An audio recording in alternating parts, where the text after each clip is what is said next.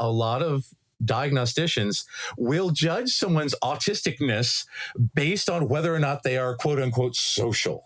And this is the thing, because we are all social creatures. There is no creature on earth who says, yes, I want to be alone all the time, forever, always, unless they've been traumatized to hell. Right. And even my homie Frankenstein, the Frankenstein monster, wanted someone like him. Episode 57. Community is autistic.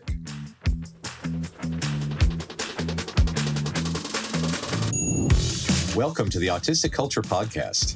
Each episode, we dive deep into autistic contributions to society and culture by introducing you to some of the world's most famous and successful autistics in history. Before we get started, a quick disclaimer on how we use the word autistic. The purpose of this show is not to diagnose the people or characters we discuss as autistic. While some may have announced being autistic, what we're really sharing here is our observation of what is representative of autistic culture. It can sometimes be difficult for autistic people to celebrate our natural tendencies and traits due to the perception of autism as a disorder that needs to be fixed, a long history of damaging medical interventions to get autistics to fit in with mainstream culture, and protective masking skills many of us have developed to try to stay safe. Whether you are autistic or just love someone who is, your hosts, Dr. Angela Loria, the linguistic autistic, and licensed psychological practitioner Matt Lowry, welcome you to take this time to be fully immersed in the language, values, traditions, norms, and identity of Autistica.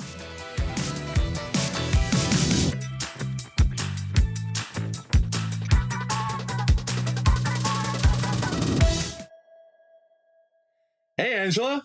Hey, Matt. Oh, man, we got a fun one today. I saw your mug. Hold that baby up. I thought so. I was like, hey, that's not an Autistic Culture Podcast mug from TeePublic. That's a Troy and Abed mug. Are we talking about Troy and Abed today? So this has been one. Community is and has been possibly my favorite show for the past, it's been a decade now. And I've kind of been waiting for the right time to put on it because, again, okay, so a long time ago, there was this brilliant... Okay, so all the episodes of Community are brilliant except for season 4, but we'll get into that. There was this brilliant episode because they decided to do a clip show, but all of the clips were to episodes that never happened. I love it. And it's fantastic because you take the clips out of context, like, they're all dressed as leprechauns for some reason, and they, have a little bit of dialogue, or, they're dragging a deflated raft out of the water, and Troy screams, "I've seen enough cartoons to know that when you pop the back of a raft, it goes faster." And, so there's before we gotta go back and do an overview, but we love a little Easter egg. We do. I remember when I was in high school, I was doing the show Hamlet. I was playing Polonius, and around that time, I read Rosencrantz and Guildenstern Are Dead, and which Tom Stoppard, he's one of us, I'm sure of it. So the whole of Rosencrantz and Guildenstern Are Dead is an inside joke on Hamlet, which is filled with inside jokes, which, if you have performed in Hamlet, are hysterical. And if you do not know the show particularly well, are just like sort of bizarre and maybe vaguely interesting. And I feel like this is such a classic of our culture. Like, if you're watching that clip show, it makes no sense. But if you know the show inside and out, it's like there's just nothing more fulfilling or soul-filled or autistic joy on ice. And this is the core of why Community is an autistic love fest, because every single episode has a different genre, homages a different movie, homages a different scenario, and there's all sorts of Easter eggs throughout about this. And so this leads us to why now. So in this clip show, Abed was talking about his favorite show, The Cape, which was a show on at the time, canceled after like one season. But Abed wanted more. So he became adamant, and his catchphrase became 6 seasons and a movie. And that became the rallying cry of community fans everywhere, because we wanted 6 seasons in a movie.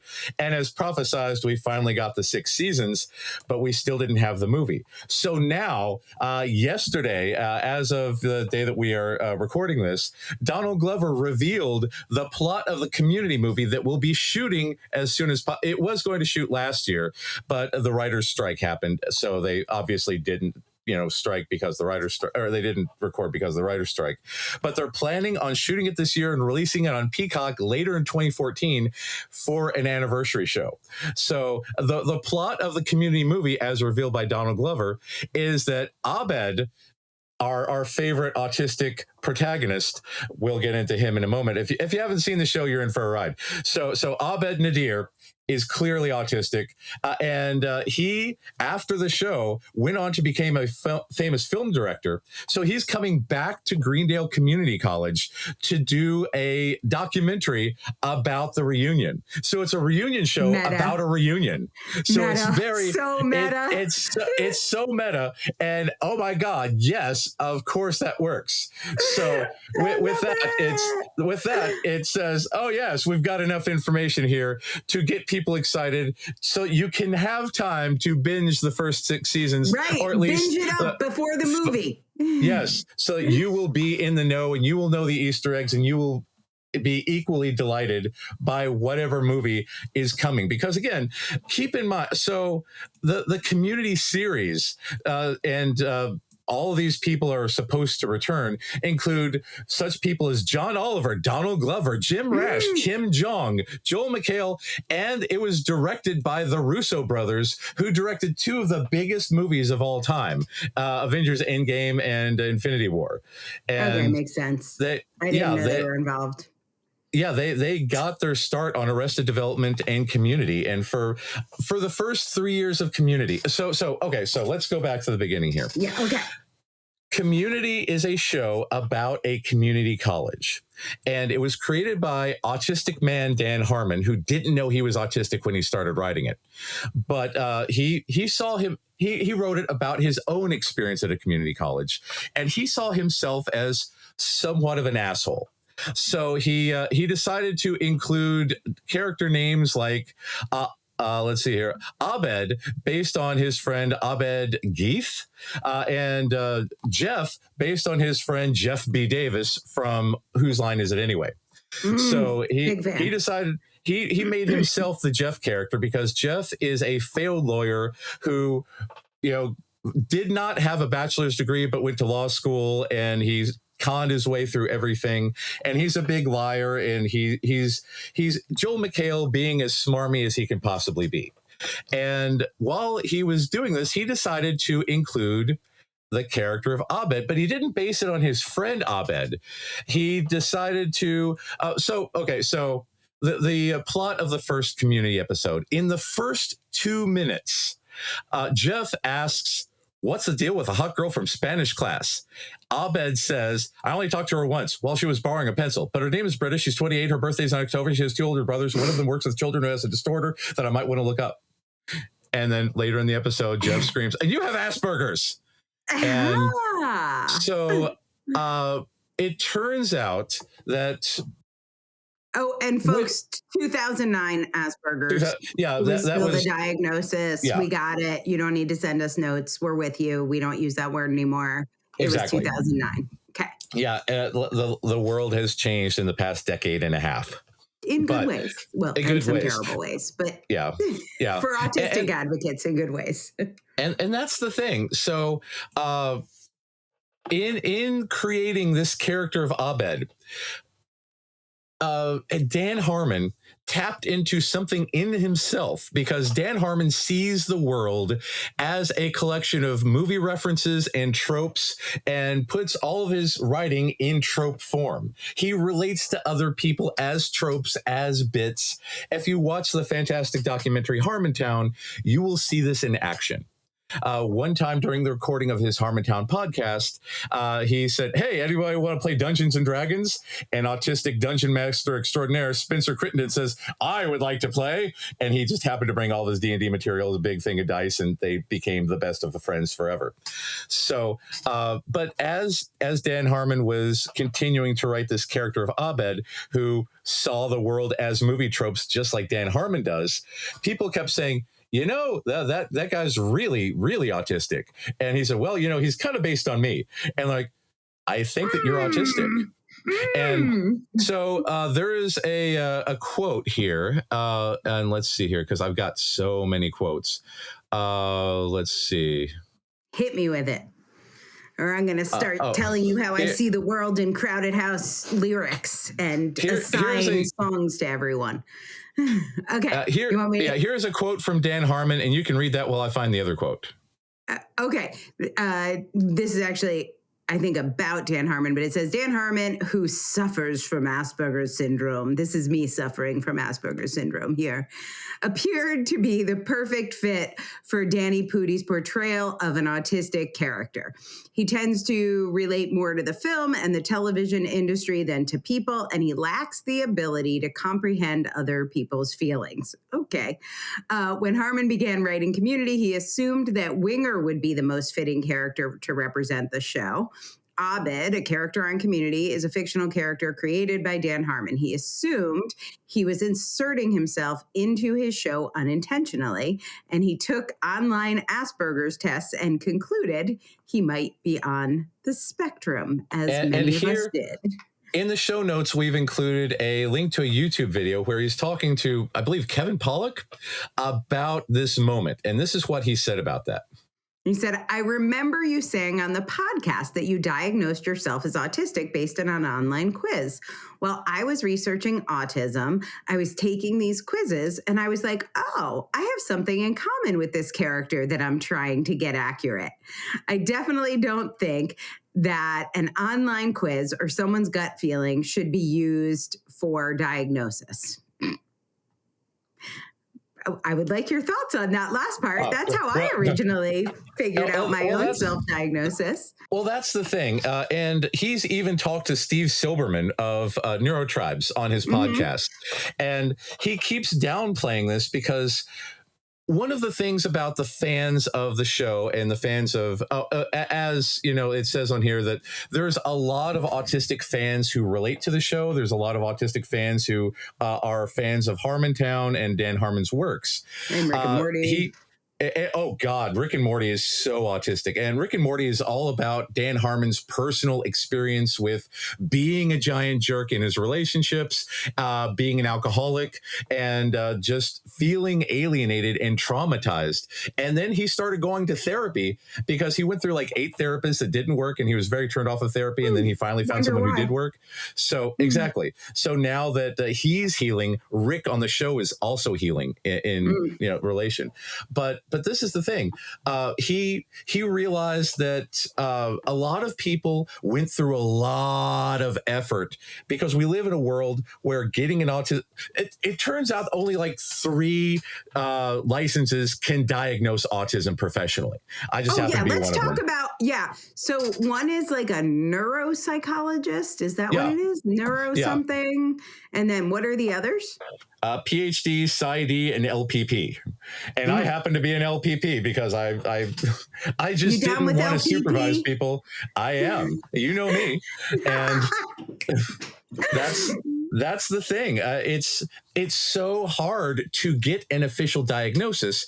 So every time he talks about this, he downplays his own self-diagnosis because he's heard these horror stories about people spending thousands of dollars to be professionally assessed to get that diagnosis. And do you know my story? Do you know my diagnosis? Tell us your story. So I heard an episode of This American Life that had Dave Finch from Uniquely Human on it and his wife, Kristen Finch, and they were talking about how he took an online quiz. They mentioned that in the show notes of their podcast. At the time I heard it, it was a radio show. I took the quiz it is very clear to me, everybody who took that quiz would get a score with flying colors like I did. I was like, I aced that shit. And so I had my parenting partner, Mila, take the test. I got like a 96. She got like a 5. And I was like, what in the hell? So I've learned something about you today. The beginning, I was like, oh my God, this explains so much. And then I believed I had gotten wrongfully terminated from work. So I went to a lawyer about wrongful termination, thinking it was actually like discrimination based on my gender, something like that. Anyway, he's like, oh, I think that you, at the time he said, have Asperger's, but I think you're autistic. And I work with a guy who can diagnose you. And so in order for us to we're going to do an ADA lawsuit. In order for us to do this, I need an official diagnosis. That guy was a psychiatrist. I went to him once. He asked me 6 questions and then wrote down on a paper, she's autistic, so I could take it to my doctor or to my lawyer so we could do this lawsuit. And I paid him $500. Now, so many people's diagnosis story is so traumatic and they are looking for this validation. I know the way you do diagnosis gives people so much clarity but to me, that was just a whole nother level of imposter syndrome because I was like, oh, this guy gets some sort of kickback from the lawyer. Yeah. And so I didn't think I thought I was less autistic after I got that diagnosis. Even though I have an official diagnosis, I would say like my peer reviews and my self-assessment are much more accurate than some guy who is probably getting a kickback from a lawyer, but happened to have one of the 3 right degrees to collect said kickback. I do not know if there was a kickback. But so when people ask me if I'm professionally diagnosed, which is an annoying fucking question, I'm like, yes. But that wasn't the good one. The good one was when I listened to Dave Finch on a podcast. Yeah. And that's the thing. Well, Dave Finch talks about like the it factor because you either get it, you want to get it, or you don't get it. Right. And that's the thing about it. And this is the thing about, like, again, in our community, we vibe. We can peer review people and we can say, we get it. You are one of us because you got this trait, because we do the bottom up processing. We pick all these other individual traits and we put them all together and we say, yes, you're one of us. And this is what Dan Harmon did with himself, because he talks about how, all these people would, say this and this. And I don't know if he took the cat Q or the rads R or whatever, but he came to the conclusion that he does, in fact, he is autistic. Again, back in the day, Aspie, but we no longer use the term Asperger's. We no longer use the term Aspie because Hans Asperger, turns out he was a giant Nazi, so we don't use those terms. But again, back when Dan Harmon and Danny Pudi are talking about these terms, I myself identified as Aspie. Me too. And I was in the closet for many, many years with that. But this is the thing about this. He saw this. We love hearing from our listeners, so head over to this episode on Substack and leave us your comment. It's autisticculture, all one word, .substack.com. That's autisticculture.substack.com. So for the first 20 episodes, Jeff, Joel McHale's character, is the lead character. He is the protagonist of the show. He's the driving force of the show. He's got this bunch of weirdos. And as it originally stood, Donald Glover played a jock named Troy. Allison Brie played Annie, who... a little tightly wound. Who Britta? God, she's probably Annie. No. Annie. Annie's probably Jillian Jacobs. I don't know. Jillian Jacobs, yes, she's probably autistic in real life, but she played Britta, and originally Britta was the just generically hot female character that Jeff would pursue. Shirley was the mom of 2 kids. later became incredibly more complex. Oh God, wait, Shirley. Oh, I need to pull up IMDb. Yvette Nicole Brown. Brown. Yeah, and Danny Pudi is Abed. We will discuss Abed far more because he is possibly the greatest character in the history of television. Oh man, who else? Jim Rash as the Dean, Kim Jong as Ben Chang. Yes, Chang. God, yes. Who am I missing? Am I missing anybody? Spanish, the Asian Spanish Senor teacher, Chang, right? Yeah, Senor Chang. I love it. And his So good. his brother is Rabbi Chang. So it's just they're great. It's just fantastic. And then Chevy Chase. Did you talk about Chevy Chase? Chevy Chase. Oh God. So Chevy Chase again. Originally one of Dan Harmon's idols, later his arch nemesis, and every one of them had this role as originally intended, but as the show continued, all of the characters evolved to fit the person who played them, as all good TV shows do. And so as the season went on, they originally had 20 episodes, but NBC said, hey, it's doing good. Can we have 5 more? So when they were writing episode 21, everything changed, because as they were going through all these episodes, Dan Harmon was saying, I think I might be autistic, or Aspie. I think I might be autistic. I think I might be autistic. I think I relate more to Abed than to Jeff. And then in episode 21, Abed takes over. Episode 21 is a riff on Goodfellas, where they decide to control the chicken fingers market at Greendale Community College.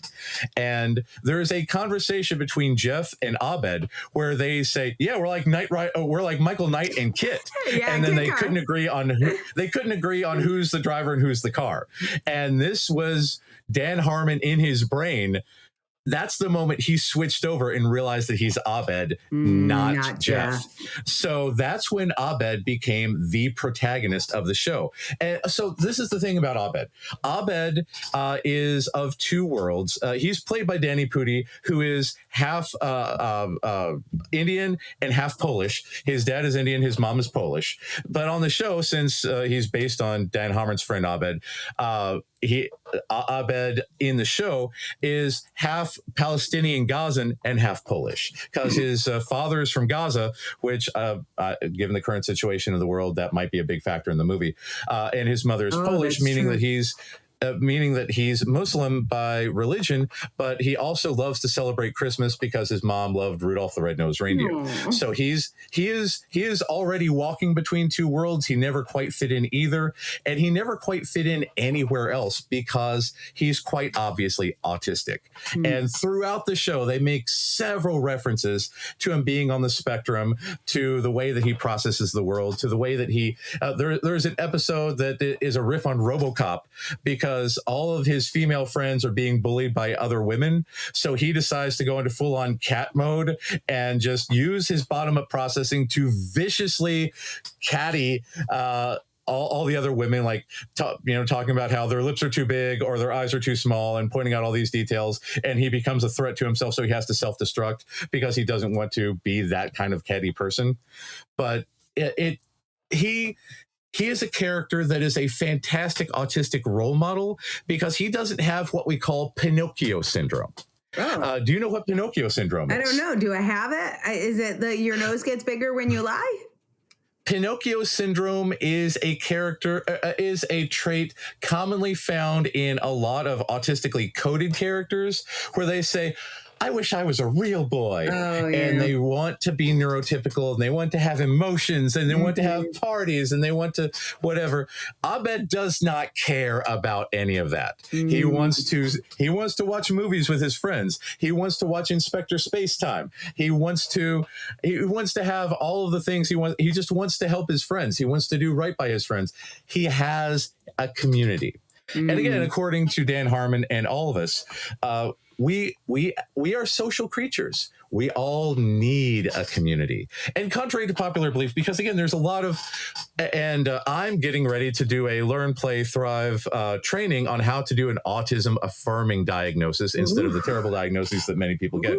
And one of the things that I point out in all this is that a lot of diagnosticians will judge someone's autisticness based on whether or not they are quote unquote social. And this is the thing, because we are all social creatures. There is no creature on earth who says, yes, I want to be alone all the time, forever, always, unless they've been traumatized to hell. Right. And even my homie Frankenstein, the Frankenstein monster, wanted Matt is someone now like him.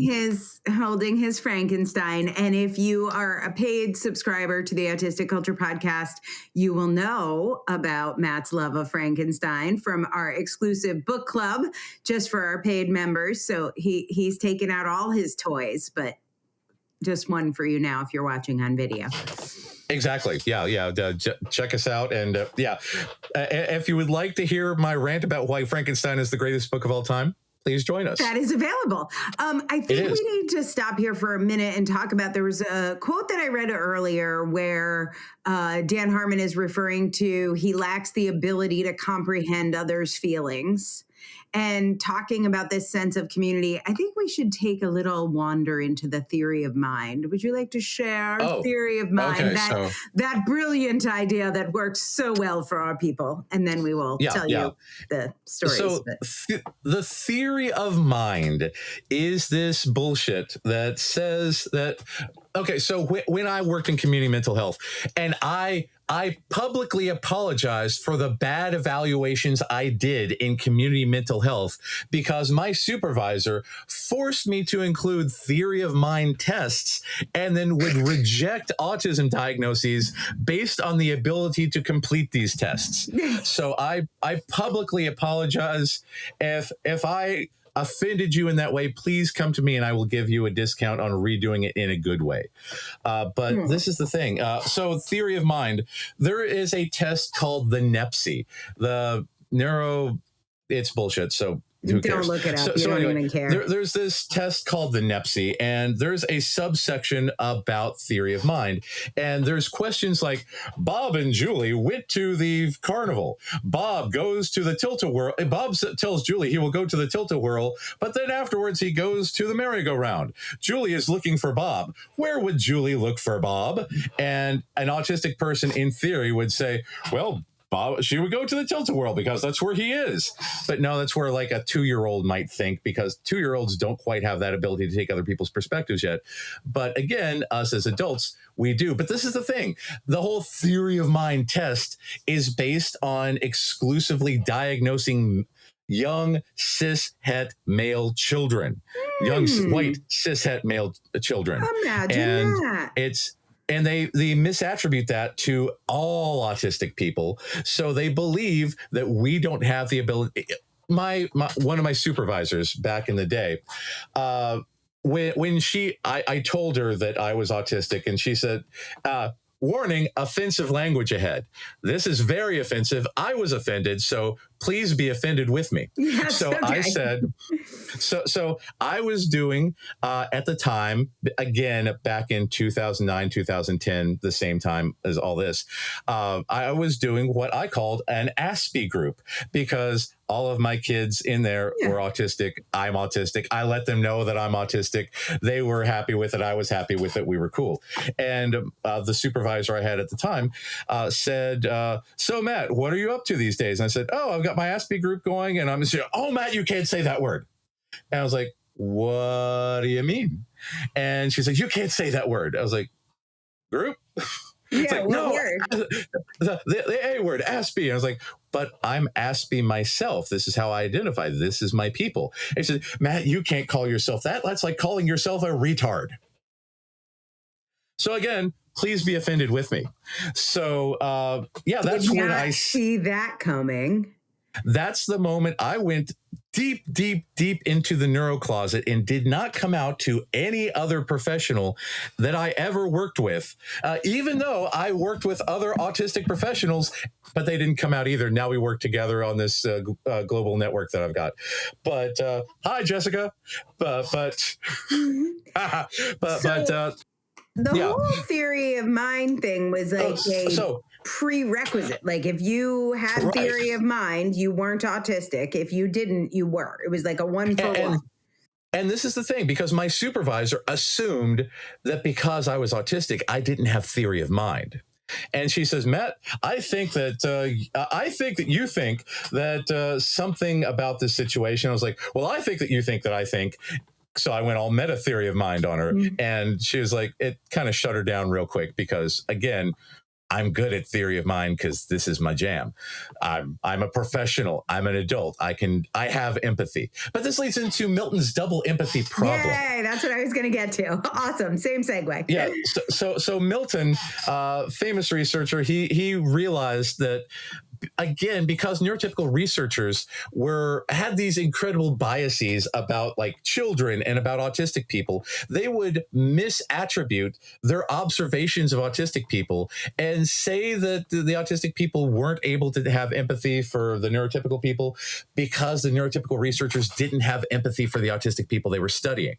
And so much of this comes down to privilege. So again, all these early studies are on rich white boys comparatively. Exactly. And so there's different needs that you have when you don't have the intersectionality of being a woman, a person of color, a queer person.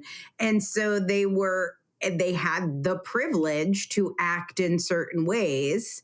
So Yes. there might have been correlation in the data, but there was not causation. Yeah. They were just like, oh, these things are in common among these. Basically, what they were pointing out is this is what white privilege looks like in pre-adolescence. Now we know. Yeah.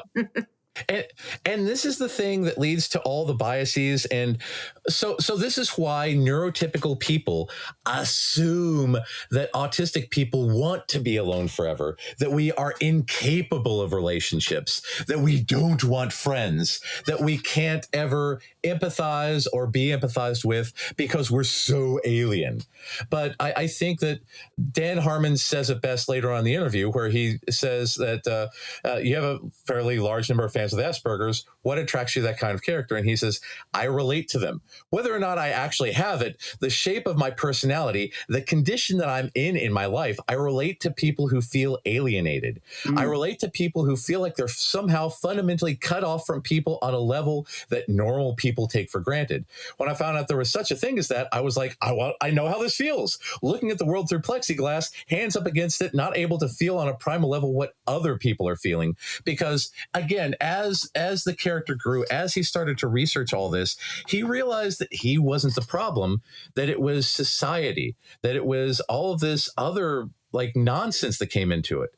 Because again, we relate to each other just fine. We have conventions, we have D&D night. And again, there are 2 D&D centered episodes of Community, which take they are entirely at the study room table, just going around looking at the people as they adventure and fight a dragon in the theater of the mind, directed by one of the Russo brothers.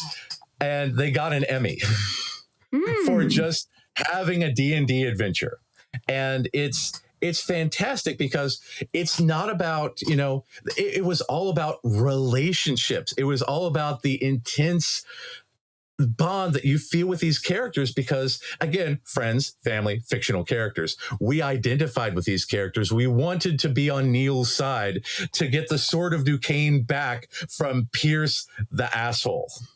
And it's such a great, and this is why Community is named as it is, because these characters have a community. We want that community. It's appealing to autistic people because we all seek that kinship. We all seek that community that these characters have found. Yeah. And even in the show, so the reason that Troy's character wildly deviates from the pilot to his final episode is because Donald Glover, number one, Donald Glover and Dan Harmon became great friends in real life, and Dan Harmon let Donald Glover and Danny Pudi, for the show's in tag, just do whatever they wanted. And he said, you guys, and this is big because, again, Dan Harmon is a perfectionist. He adheres to Dan Harmon's, one of Dan Harmon's spins is Joseph Campbell and the Hero of a Thousand Faces and the monomyth, the archetype of the hero's journey. So he created his own story circle about the evolution of characters and how every single episode of Community and every single episode of Rick and Morty, minus the Vindicators, that's a whole other story that we'll do on a Rick and Morty episode, adhere to the story circle so that the characters always evolve and change throughout the episode, and there's always character development. And he couldn't turn in a script until that was achieved. So he was notorious for turning in scripts late. The network hated him for what they perceived his lack of work ethic, but it was actually executive dysfunction. There's a whole thing about that. And Dan Harmon, if you're listening, please come on the show and talk about this, because you're no stranger to podcasts. It'll be fun. We won't pathologize you. We will lift you up on our proverbial shoulders and carry you around, or berate you. I don't know. Whatever you feel like. If you want us to shame you, we'll shame you. I don't know what your kink is. We'll get there. But it's the thing. So every episode had this evolution. And so Troy's character went from jock, and also Donald Glover and Danny Pudi became best friends in real life. They helped each other move. And so they developed this tight bond. They developed the Spanish rap. They just became Troy and Abed in the morning. And I think this is interesting because it's like a parallel of Unmasking. Because it is becoming like more of who that show is, when we become more of who we are, our personality changes in some ways. I mean, it's not really changing. It's just we're unmasking, but it's this discovery process of, wait, who am I? And this show sort of discovers itself in the way, and the characters discover themselves in the way a person with autism, when they come to accept that they are autistic, becomes more of themselves. Exactly. And this is the thing about Donald Glover, because we really need to do an episode about him, because he worked on 30 Rock, which was helmed by famous autistic woman Tina Fey, for many years until Community. He was a fan due to a scene with Spider-Man pajamas. Fans championed him to take on the role of Spider-Man when they were casting the Spectacular Spider-Man, which later went to Andrew Garfield. But because of this fan campaign, the character of Miles Morales was created. And the character of Miles Morales would not exist without Donald Glover, which is why in Spider-Man Homecoming, Donald Glover, now far older than Miles Morales could possibly be on screen, canonically anyway, Donald Glover was cast as Miles' uncle, Aaron Davis, the Prowler. So, and across the Spider-Verse, he was also in the movie as Aaron Davis again in the movie. So he got to meet Miles Morales, the character that he inspired. So Donald, and for a while he was writing a Deadpool animated series, but they pulled the plug on it because they said it was quote unquote too black, which was quite unfortunate, because Donald Glover is one of the most hilarious human beings on the planet. He is very, very versatile. His Deadpool scripts, he just wrote a Deadpool script in like 10 minutes. It was beautiful. Check out Atlanta. Check out his work as Childish Gambino. Definitely check out his work on Community and 30 Rock. I mean, it's all beautiful. Didn't he do something with Barry too? I feel like Barry he what? did. The show Barry. Oh, the show Barry? He might have, but I haven't. I know of Barry, but I haven't followed it. Yeah. There's some, I'm going to do a whole Barry thing. I got to do a Henry Winkler thing. And so we're going to do Barry, Henry Winkler. Yeah. Chef's kiss. They have some Donald Glover connection.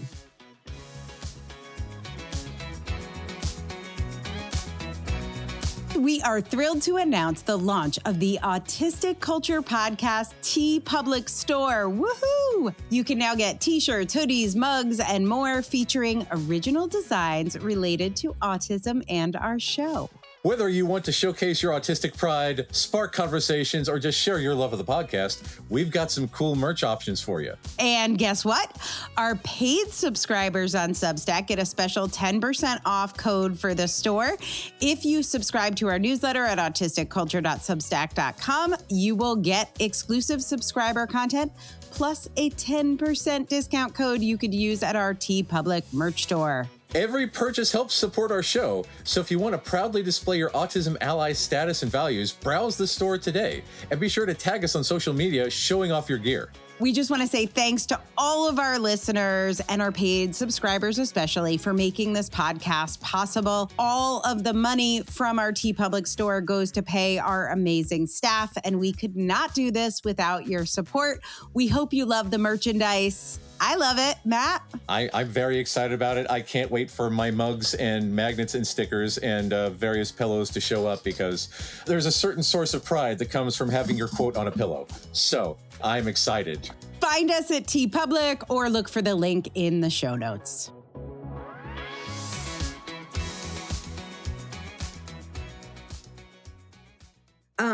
Yeah. So did you know also I think that one of the D&D episodes also got pulled for... Oh, yes. That is the one that was Emmy nominated, because Chang, Kingdon, shows up with his face painted completely black, because he's a drow elf. And, they call out, Shirley says, so are we going to address this hate crime? And of course, it's not meant as blackface. It's black face paint, because he's getting into character. Yes. Right. And again, because people who don't understand it, and again, everybody who worked on the show is like, no, you don't understand the point of this. Please don't be offended, because it's not, again, Kim Jong is like Korean in real life, but he's Chinese on the show. There's a joke made about that in the G.I. Jeff episode. But it's, again, Community is extremely self-aware and is extremely culturally sensitive, to the point where they call this stuff out all the time, because again, the part of the whole justice sensitivity part of our culture, because it's especially for the day, especially for like 2009. Oh my God, it's so aware of these things. But yeah, it's inappropriately pulled, but if you can find it, it's definitely on the DVD box set. You might be able to find it. If you go to a bay where you can find some pirates, you can find it. So it's one of those things, and it is a beautiful episode, and that's the thing about it, because there's a lot of cultural representation, there's a lot of input from people of various backgrounds to make sure that things are as accurate as possible. There's an episode where Abed is talking with his father, again, Gaza Palestinian, who is very, very conservative from his own culture, and Abed wants to be a screenwriter, and I believe that Abed's cousin came into this, and there was a whole story, and it was very, as an outsider, I find it very touching, but the reviews online said, oh my God, I feel seen. So it's wow. really, really great, and again, it's part of the community, because all of the holiday episodes, I mean, they're straight up. Abed's Uncontrollable Christmas is a stop motion masterpiece. Again, you have to see the show. There's animated episodes. There's an anime episode about foosball, and there's this stop motion episode that's dedicated to Rankin Bass, like Rudolph the Red-Nosed Reindeer, and it celebrates that Troy is a Jehovah's Witness, Shirley is a devout Christian, Annie is Jewish.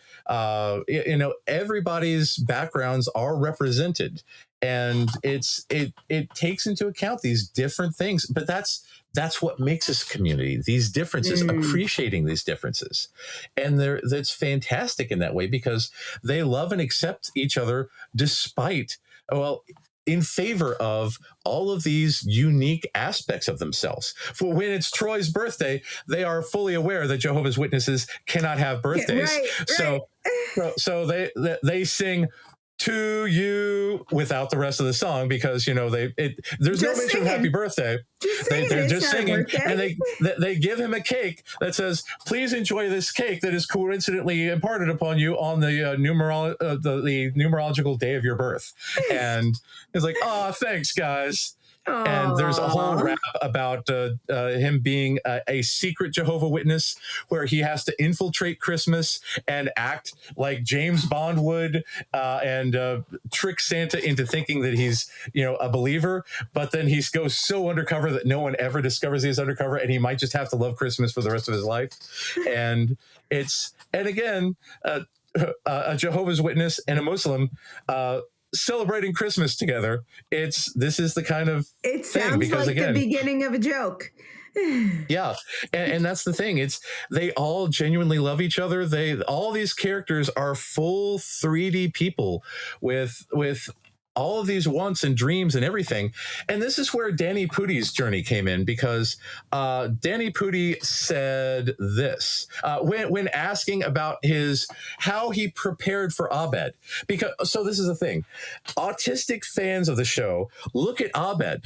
So I believe we've talked about the Good Doctor before, and how Good Doctor is portrayed by that kid from Charlie and the Chocolate Factory. I can't remember his name. Mm-hmm.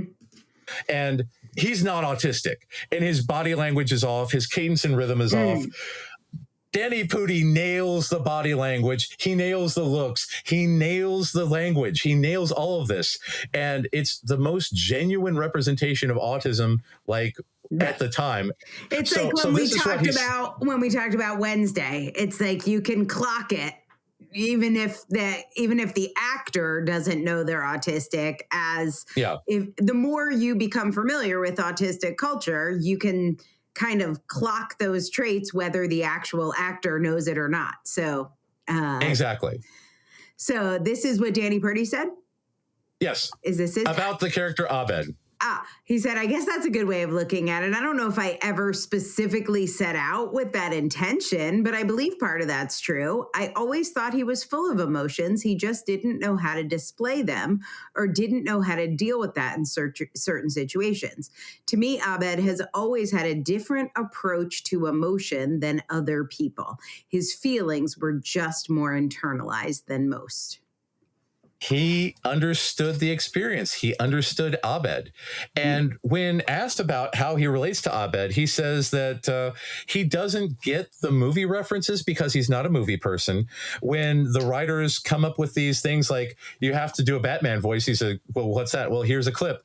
I Batman. So he learns on the spot how to mimic that, because he's got echolalia. He learns on the spot how to adapt to the situation. He's like, well, this is Abed doing Michael Keaton doing this. So he's on the spot planning all of this stuff out.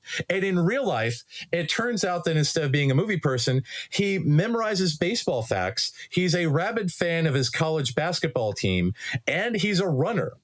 And do we know any other autistic runners? That's the thing. And he is very, very private in his personal life. He and his wife have very little social media presence. They homeschool their children, as one does if, you might not be neurotypical. And I have been scouring the interwebs because of all of this, because I've said in the past that I can't find anything that specifically ties him to being this. But last night I found this. There was a single article, which we will link to in the show notes, that links to the mess of the GUI that is HuffPost, because I linked back to HuffPost to try to find the source of this article. But again, I got 404 errors all over the place. Even when you click on the Danny Pudi link to see all the Danny Pudi stories, the 404 error comes up despite just having come from a Danny Pudi story. So they're on there, they exist, but the mainframe is just botched. So this is what we do know. This is what we do. This is from an article that I did not write, so we will take this as the evidence that we have, and we will link it to the show notes. Yes, it says, the actor Danny Pudi has been increasingly vocal about his Asperger's diagnosis in recent years. In a 2017 interview that we can't find with the Huffington Post, Pudi said that he wasn't diagnosed until he was an adult, but that he has always known he was a little bit different. Pudi has said that he hopes his openness about his Asperger's will help remove the stigma attached to the condition. He's also spoken about how his Asperger's affects his work as an actor, saying he has to work a little bit harder to understand social cues on the set. Despite the challenges that come with Asperger's, Pudi said that he's grateful for the condition as it's helped him develop his unique perspective.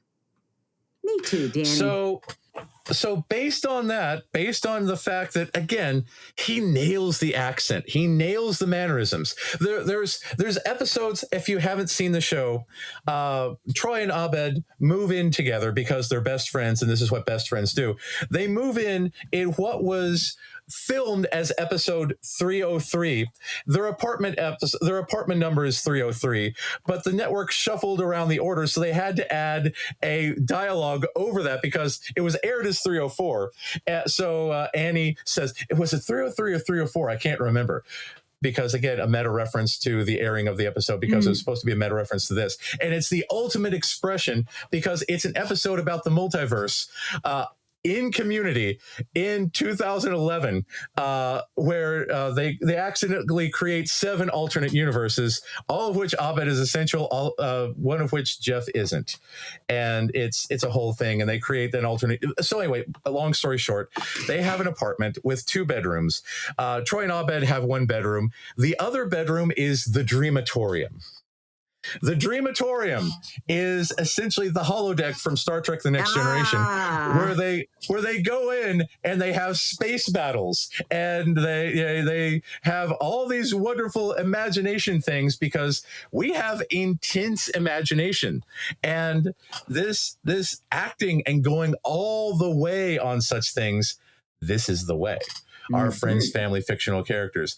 When Annie moves in with them, rather than give up the Dreamatorium, they give her their bedroom and they just live in a blanket fort. There are at least 3 episodes about a blanket fort, 1 2-parter, a very Ken Burns-esque about the Civil War. Nice. Well done. But this is the thing. Danny understands this and portrays it so well and so accurately without a hint of pity. He does not want to be neurotypical. He does not care about whether or not people diagnose him, don't diagnose him. He's more than a medical condition. That's his identity. This is part of his culture. And this is why he is a champion of the autistic culture. This is why Abed is a fantastic role model. This is why this show is fantastic for us as a people, because it doesn't change it into a medical thing. It doesn't say, oh, you poor people with no social skills. This is just the raw passion, the raw imagination, the raw empathy that we have for us, and it's fantastic, and I love all of this. It's so cool. I have a thing when I know there's going to be some sort of autism reference on TV, like Love on the Spectrum as an example, or I just watched an episode of Welcome to Wrexham, the TV show, and there was an autism episode. And people tell me, they must do this to you too. I'll start getting like text messages like, oh, there's an autism episode, or many people have messaged me, have you seen Love on the Spectrum? Like Love on the Spectrum. Do you get like the full body sense of dread that I get, that it's like, oh, maybe it'll be good. It's probably not going to be good. And so the Welcome to Wrexham episode, this is all I heard was like the first 2 notes of sad music in a minor key. Oh, God. Autistic child running on a beach. I don't know the child is autistic. I just see happy child running on the beach. But then I hear the minor key. And I'm like, oh, no. And there's all these scenes in Love on the Spectrum where like they'll look at the parent's face and they'll play the minor key music. Yeah. Like, oh, they have hope for their poor child with autism. Maybe someday they'll find a cure. Until then, we can only hope that they will find happiness in their pitiful lives. And that's the thing about Love on the Spectrum. In England, it was originally titled Undateables. Yeah. No, I'm not okay with that. Yeah. Because again, these poor people with autism will never, ever, ever lead normal lives and never have fulfilling relationships. Will they ever find love? Yeah. And it's always the neurotypical gaze, because it doesn't say, hey, check out this guy's awesome cane collection. Right. Check out this guy's awesome train collection. Check out this girl's awesome stamp collection. Right. It's always, again, walking down the street with sad music or the baby elephant dance and saying, oh, look at how even, so this is the baby elephant again, dance. To put this in perspective, compare Abed on Community versus Sheldon on The Big Bang Theory, right? Yes. Abed on Community is a major protagonist. All of his friends love him. He has a life. He delivered a baby. Even when he wasn't the protagonist of an episode of a show, he had background scenes where he got into a fight with somebody. He helped this woman give birth. He kind of helped raise the child. It's in the background, and if you watch for it, it's there. But it was a Jeff episode, and Abed was still the star of the show. So it's a uniquely autistic-centered, celebrating autistic culture, celebrating autistic heritage, celebrating the autistic mindset. Whereas Big Bang Theory, it's a laugh track constantly. The punchline is always autism. Right. For instance, like Sheldon says, I need my spot. No, seriously, I need my spot because of this variable, this variable, this variable, this variable. Sheldon, I can't believe you can't give up your spot. Owie. It's owie. It's like maybe he just wanted that fucking seat. Can we talk about anything else? Yeah. And again, Sheldon has difficulty relating to other people other than Amy Farrah Fowler, who is portrayed by Mayim Bialik, who doesn't know that she's autistic in real life despite being a neuroscientist. Boy, internalized ableism on that part. Yeah. But that's the thing. It's such a neurotypical gaze show. And it's one of those things. And again, there's a lot of people who watch Big Bang Theory in order to relate to their poor children with autism, because again, Sheldon is a successful physicist. He's got several PhDs. He's got things that neurotypicals consider to be successful. He's got an apartment. He's got a relationship. They consider that successful. Yeah. They still don't understand what makes him who he is, and they don't appreciate him as he's not a three-dimensional human being. Yeah, exactly. Abed is. Right. Abed has hopes and fears and complex relationships with his family, complex relationship with his friends. He wants to do good by his friends. He wants to help them. Sometimes he doesn't understand them because as he sings, he loves musicals because characters sing what they mean instead of making a face. And everything that he's in is just delightful. There's not a single episode of Community except for season 4. So let's talk about this, because if you're watching throughout Community, you'll come to season 4, because at the end of season 3, Pierce Hawthorne is the heir to Hawthorne personal wipes, just like Chevy Chase is actually heir to, I believe, like a toilet paper fortune. Okay. Chevy Chase legit. Chevy Chase's character on the show. Yeah. Right, Chevy Chase's character on the show is based on Chevy Chase in real life at this point. Oh, okay. And Chevy Chase is a bit of a racist. He's not a great person. He's argumentative. And at first, Dan Harmon, again, saw himself as an asshole because he never got along with neurotypical people. But again, as the show went on, he realized, oh, I'm just autistic and traumatized. But again, he still identifies as an asshole, blames himself for everything, has a lot of internalized ableism, has a lot of trauma, drinks a lot, all that stuff. So anyway, there's this episode where Pierce's racist father, to the point where he shaved his head to have an ivory toupee because he is the pinnacle of colonialism and racism and everything that's bad, dies. And he leaves it to either Pierce, his biological son that he claims, or Giancarlo Esposito, his bastard son that he does not claim. So they have to play a video game, and whoever wins the video game gets the entire Hawthorne fortune. And they throughout the video game again. It's a pixel animated episode. It's because again, this is Community. It appeals to our people, and it's this heartbreaking thing about Pierce confronting his father, realizing that his brother Giancarlo Esposito took care of the old man his entire life, was very racially beaten and just traumatized his entire life, and he deserves it. And it's very heartwarming to see Giancarlo Esposito play a good guy, even though he's framed as a bad guy through a lot of it because he's antagonistic against Pierce. But anyway, at the end of the episode, Abed was supposed to have reprogrammed the game so that the digital version of Pierce's father wanted to play catch with him, so that Abed programmed a good father for Pierce so he could heal. Chevy Chase refused to film this. What? And he just walked off the set. What? And yeah. So this, because again, this is Dan Harmon's magnum opus, the end of season 3. The whole season was building to this emotional catharsis. He took some issue with this because, again, they were left without an ending. They had to sort of cobble together something about Abed having a digital girlfriend and making a digital girlfriend. Fun fact, Abed later gets a girlfriend in the form of Brie Larson.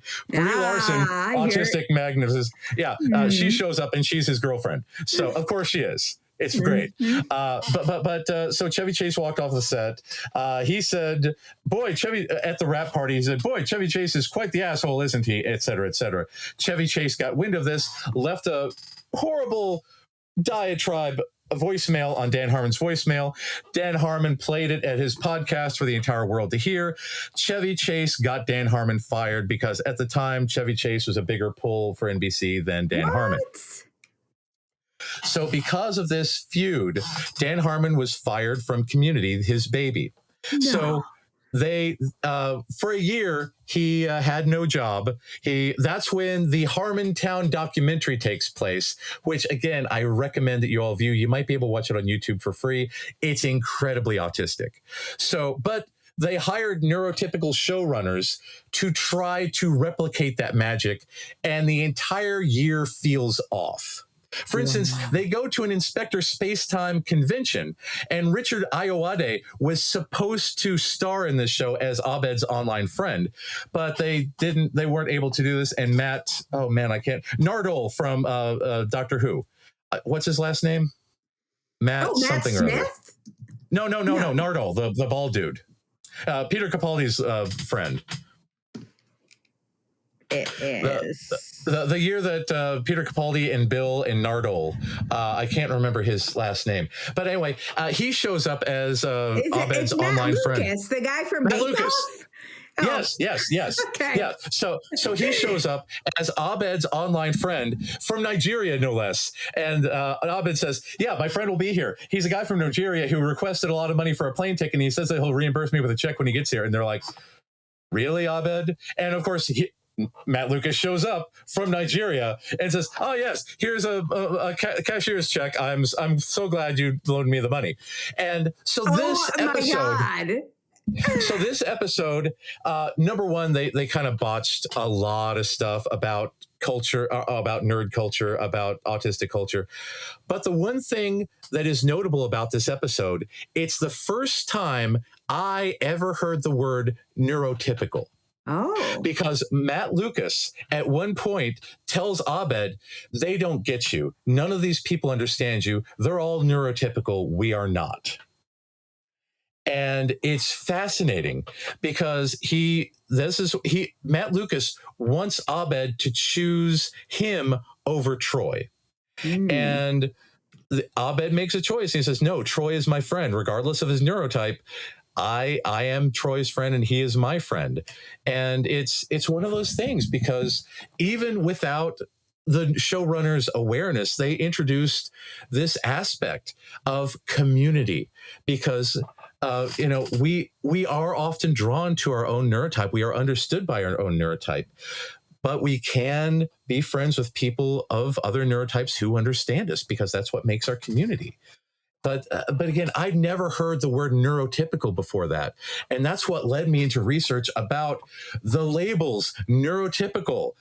allistic, and all the alternatives to being aspie and autistic. And it really, really changed my understanding of the way that the world works.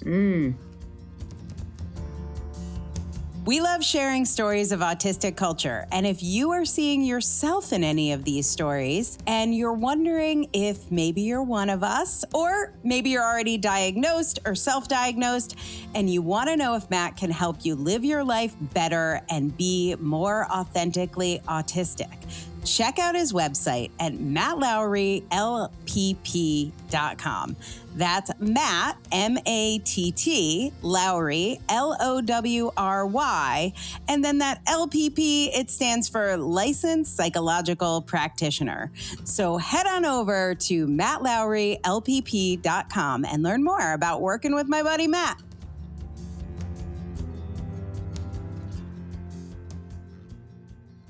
So anyway, the ratings crashed and burned.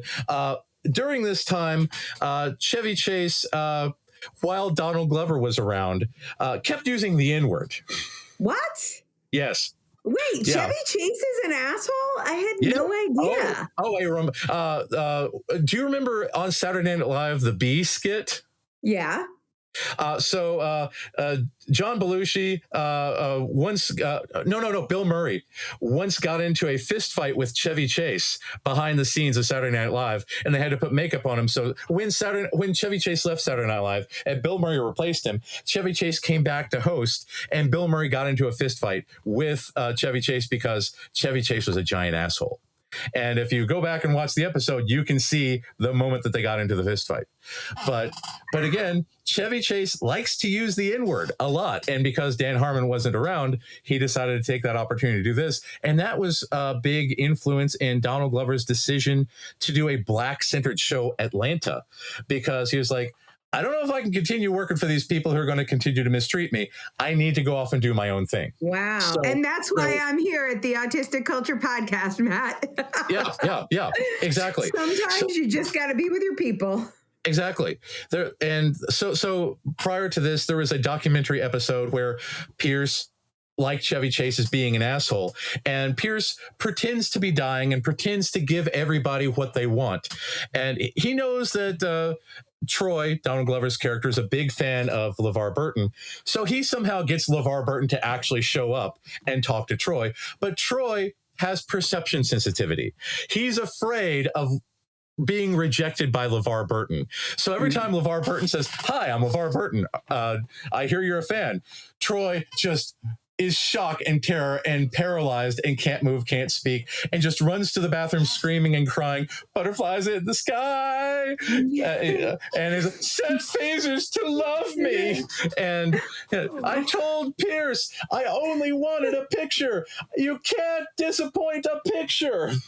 And so anyway, he really, really wanted. He loves LeVar Burton. So for when Donald Glover says he was leaving the show, he left halfway through season 5. They brought Dan Harmon back for season 5 and fired Chevy Chase. They killed off Chevy Chase's character. He can never return. Legally, he wasn't allowed back on set. So wow, there's you were one scene about arch nemesis. I didn't know where I missed that whole story. Yeah.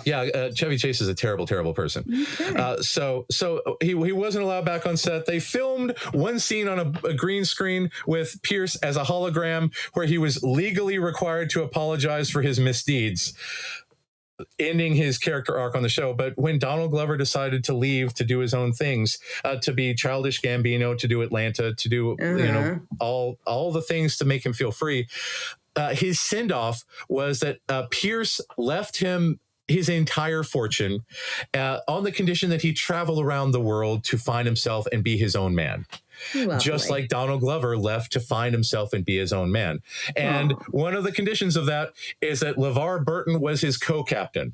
So the episode ends with Troy and LeVar Burton literally sailing off into the sunset so that Troy can find himself, because Dan Harmon respects Donald Glover so much, and he refused to do a Community movie unless Donald Glover wanted to. And now Donald Glover is at a place in his life and in his career where he says, yeah, I'd like to play with those. Because again, he kept in touch with all the cast members and Dan Harmon. He just wanted to do his own thing and be his own man, as one does. Totally respected. So we come full circle to six seasons and a movie. Because now Donald Glover says, yeah, I'd like to do a movie with these guys. During the pandemic, they did a table read of the episode, Troy's final episode. And well, the episode before Troy's final episode, where Troy was bequeathed the fortune. And he says, I miss doing this. I miss being with these guys. I want to do it again.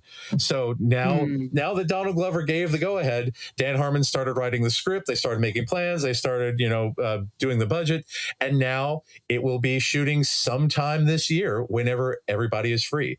So this is a big thing about us, finding ourselves, finding who we are, finding our community.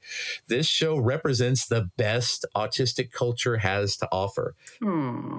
And I recommend that you binge it, because otherwise you won't get the Beetlejuice reference. In season 1, they mentioned Beetlejuice. In season 2, they mentioned Beetlejuice. In season 3, they mentioned Beetlejuice, and then he walks by. Listen, I recommend you binge it, because that's how we roll. Yeah. This is the way. We do love a little binging. I have several shows right now that are in the hopper that I have to wait, because I cannot watch any TV shows until ideally all seasons and all episodes, but at least all episodes from the season are available. Yeah. But if you would like to binge Community, there are 6 seasons. Catch up before the movie comes out, and they are all there. So it is bingeable and ready for you. And be aware that they refer to season 4 as the gas leak year, because the characters weren't written properly and did things that are out of character.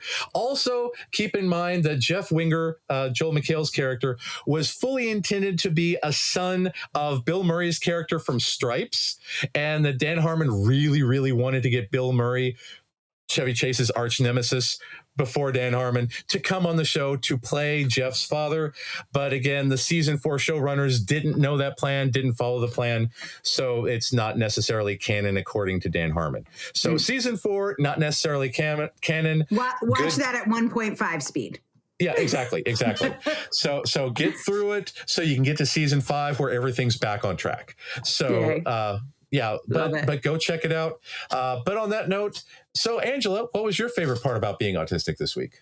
Oh my God. I have such a good one. It's going to sound so little, but it feels so big even at 50. I made a new friend.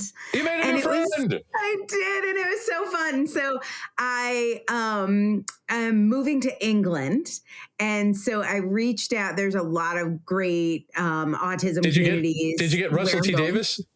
No, but where she's gonna help. I believe in this because she is from my town, but she moved there from Wales. So I get that's the whole key, because I can see Cardiff from my house. And the key is I need someone to go to Cardiff with me and sit in the cafes where he is known to be. So I have found my sidekick. I am very excited. Her name is Anne. We met for the first time on Zoom, and we got to show each other our museums and all our special interests. And she's an artist and she's a writer. And I love helping people, autistic people especially, write their books. I just wrapped a book with Becca Laurie Hector from AANE. And she's good. Oh my God, it's so good. I can't wait for that one to come out. I'm working with Kelly Mahler. So, and then my new friend is also a writer and an artist.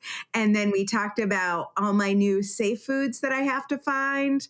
So I got the rundown on that. You need a biscuit tin, Yes, exactly. We reviewed all of the available chocolates and their various textures. And it's so fun to make a friend, knowing they're autistic, you're autistic. There's not an unmasking process. It was so easy. It was so fast. It went so deep right away. There was no small talk. It was amazing. And this is the way. Yeah.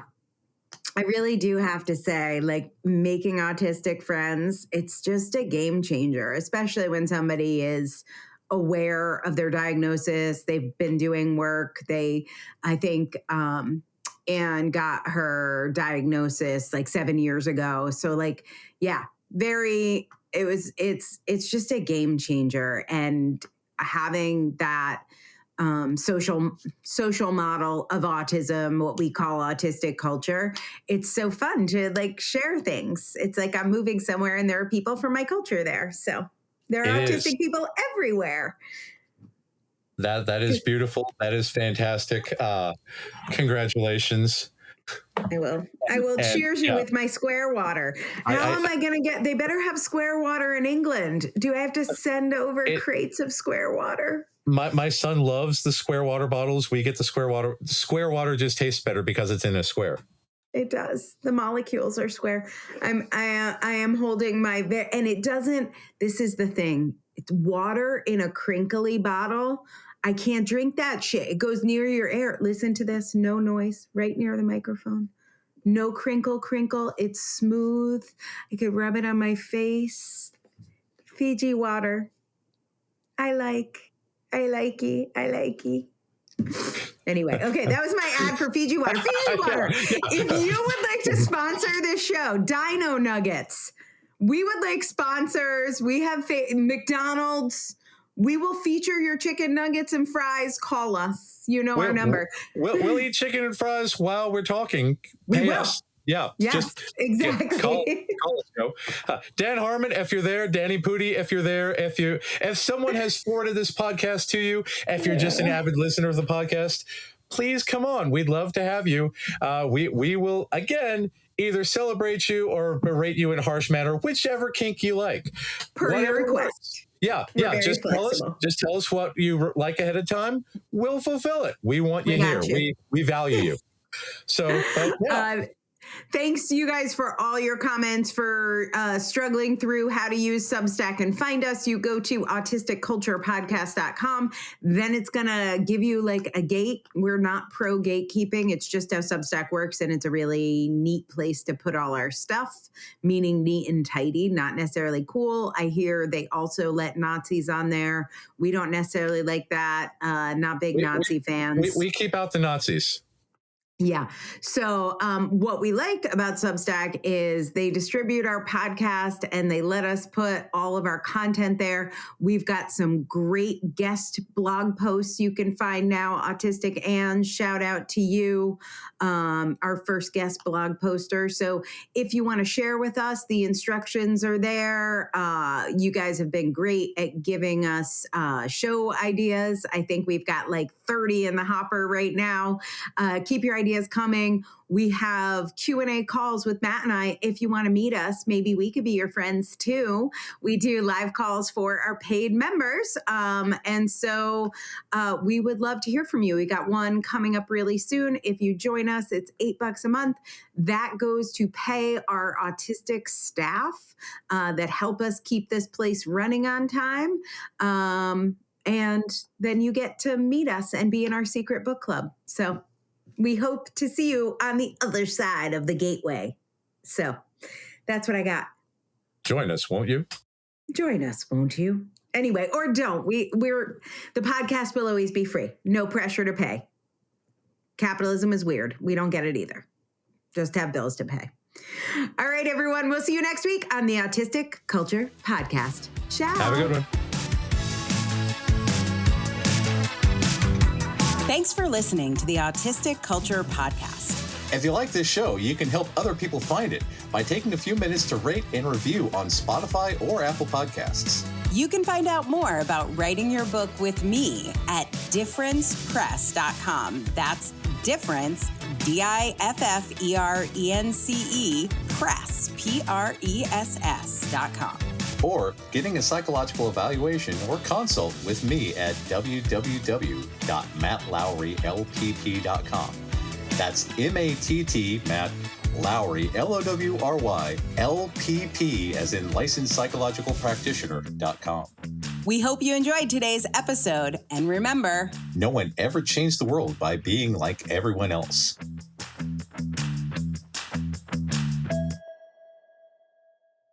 special thanks to our content manager, River Robbins, and Aaron Stoner, our producer, for making us look and sound good.